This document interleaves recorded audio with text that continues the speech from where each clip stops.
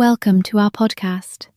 I am Primus, and you are listening to Behind the Scenes at Octavius Reviews.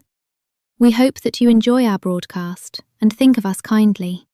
For a glossary of terms and nomenclature, please see the description. Also, check our site for more detailed information on the games and for links to the demos, as a convenience, of course.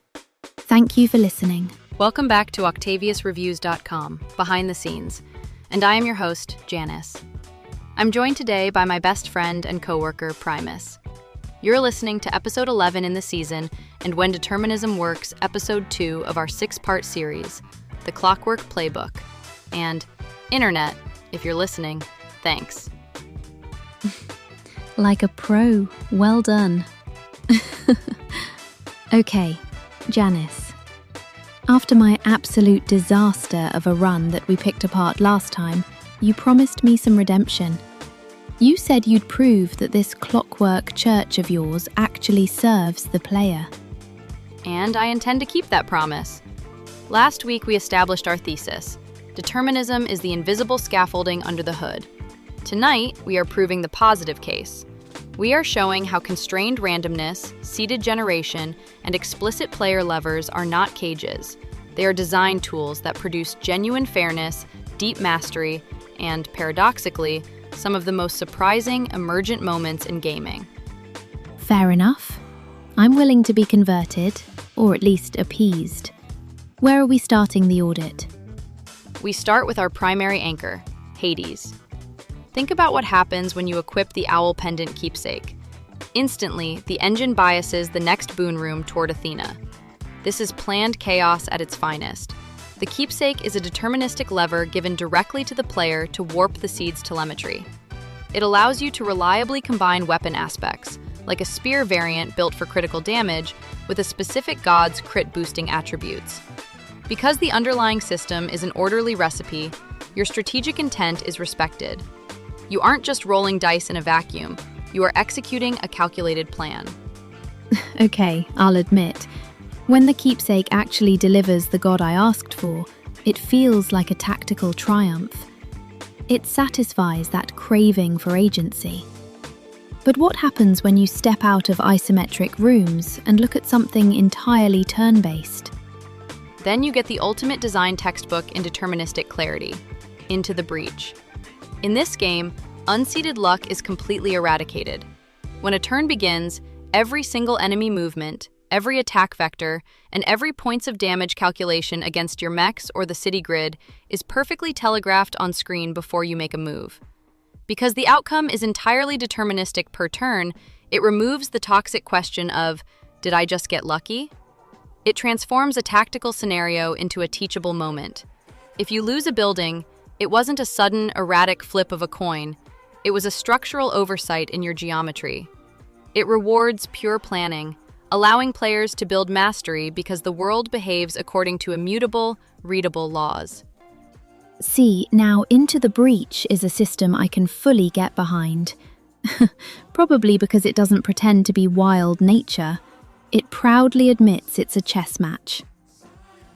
But let us talk about card mechanics, because that is where I usually feel the engine is stacking the deck against my sanity. How does Slay the Spire or Monster Train fit into this utopia of yours? By using constrained pools to build readable archetypes. When you draft a card or select a relic in Slay the Spire, the algorithm isn't pulling from an infinite, chaotic bag. The card distribution and relic drop tracking are tightly bound by your current progression state and character class metrics. If you pick up a relic that scales strength, the game's constrained pools ensure that complementary multi-strike cards remain mathematically viable within the draft architecture. It allows an emergent strategy to flourish because the boundaries are rigid enough to prevent the deck from dissolving into unplayable garbage. So, by shrinking the pool of possibilities, the designer actually makes the player look like a genius when they find the synergy. Precisely. It is a curated illusion of infinite chaos built on top of absolute structural discipline. And it isn't limited to cards or isometric grids.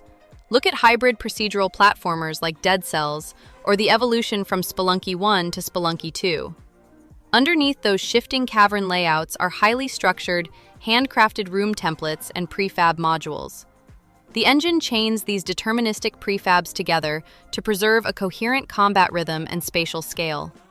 In Spelunky 2, players learn to anticipate trap combinations because the generation follows strict rules of placement. You learn the spatial language of the architecture. It proves that generation can feel completely organic while remaining entirely tunable by QA testers behind the scenes. I hear the technical elegance in that, Janis. I really do. When it works, like when you feel the scaling power curve in Risk of Rain 2, where item stacking scales your capability predictably, it feels phenomenal. You pick up 5 soldier syringes, your attack speed spikes exactly as expected, and you become a god of destruction. It's readable. It's satisfying. But I sense a however coming. Yes, a massive however. Because even when determinism works beautifully to create mastery, it can easily cross the line into complete predictability. If I master the seasonal and resource spawn cycles of Don't Starve, or if I map out the historical event seeds of a run in FTL faster than light, the magic starts to evaporate. Once I know the exact recipe the chef is using, the game stops being a dangerous, living world and turns into an optimization puzzle. I'm not exploring an unknown frontier anymore. I'm just auditing an asset sheet. Where is the room for genuine human drama when the machine is that well behaved? Drama doesn't require lawlessness, Primus. In fact, the highest form of systemic drama comes from constraints rubbing against each other. Look at Darkest Dungeon. It combines strict, predictable combat slots with highly tuned stress and affliction percentages. Because the parameters are clearly defined, when a character undergoes an affliction check, it doesn't feel like an arbitrary glitch. It creates meaningful, agonizing tension because you know exactly what scales are tipping against you, forcing you to mitigate the risk through strategy rather than praying for a miracle. So the cruelty of the machine is what makes the survival meaningful. Exactly. And for the ultimate proof that determinism can generate pure, unscripted human narrative rather than killing it, we look at RimWorld and Dwarf Fortress. These games use reproducible world seeds and rigid, deterministic AI storyteller rules. The storyteller tracks your wealth, your colony's health, and your defensive capabilities, and deploys events based on strict mathematical thresholds. Yet, because these cascading system interactions are so deep, they produce completely unscripted, emotionally devastating stories that feel entirely authored by the player. The seed makes the universe testable and reproducible for the developers, but the composition of those rules is what creates the organic soul of the experience. To summarize our data points tonight, determinism is not the enemy of surprise. It is the only reason surprise has any meaning at all. I will admit, your invisible scaffolding had a great night tonight. The success cases are hard to argue with. But don't get too comfortable in your Clockwork Chapel, Janis. Because next week, for episode 3, we are looking at what happens when this entire beautiful illusion completely shatters. Ah, yes. The dark side of the machine. Exactly. We are auditing Dragon Age Veilguard to watch narrative choices collapse into a hollow line, and Stalker 2 to see what happens when the AI loops become so visible that the immersion completely dies. Get your defensive safety nets ready, Janis, because I am bringing the hammer. You're so fun. I love this energy. Demonic Primus. Well, after all, it's the power of friendship, isn't it? Indeed. See you next time, Internet. It's our night.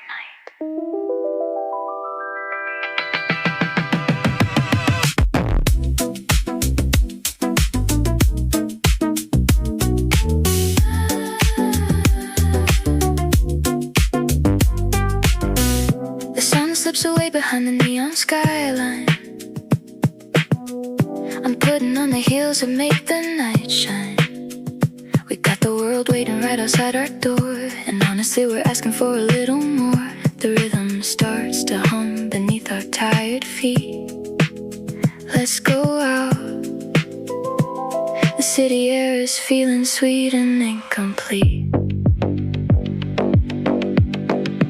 Girls just wanna have fun underneath the stars. We're chasing down the magic in the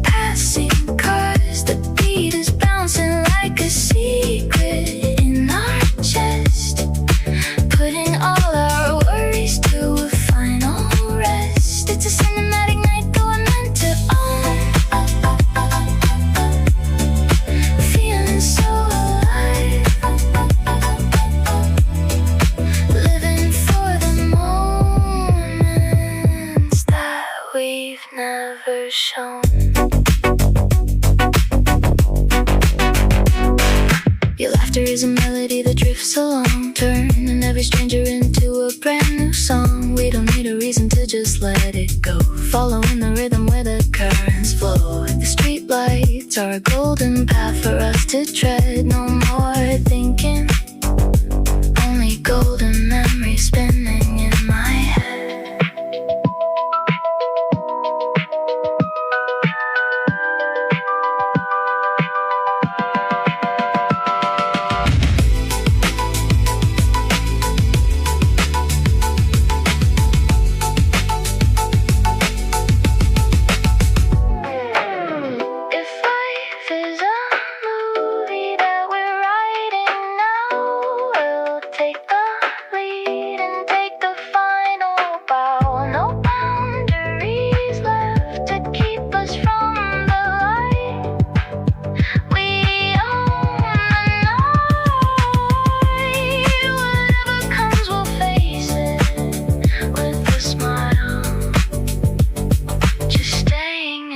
Dream for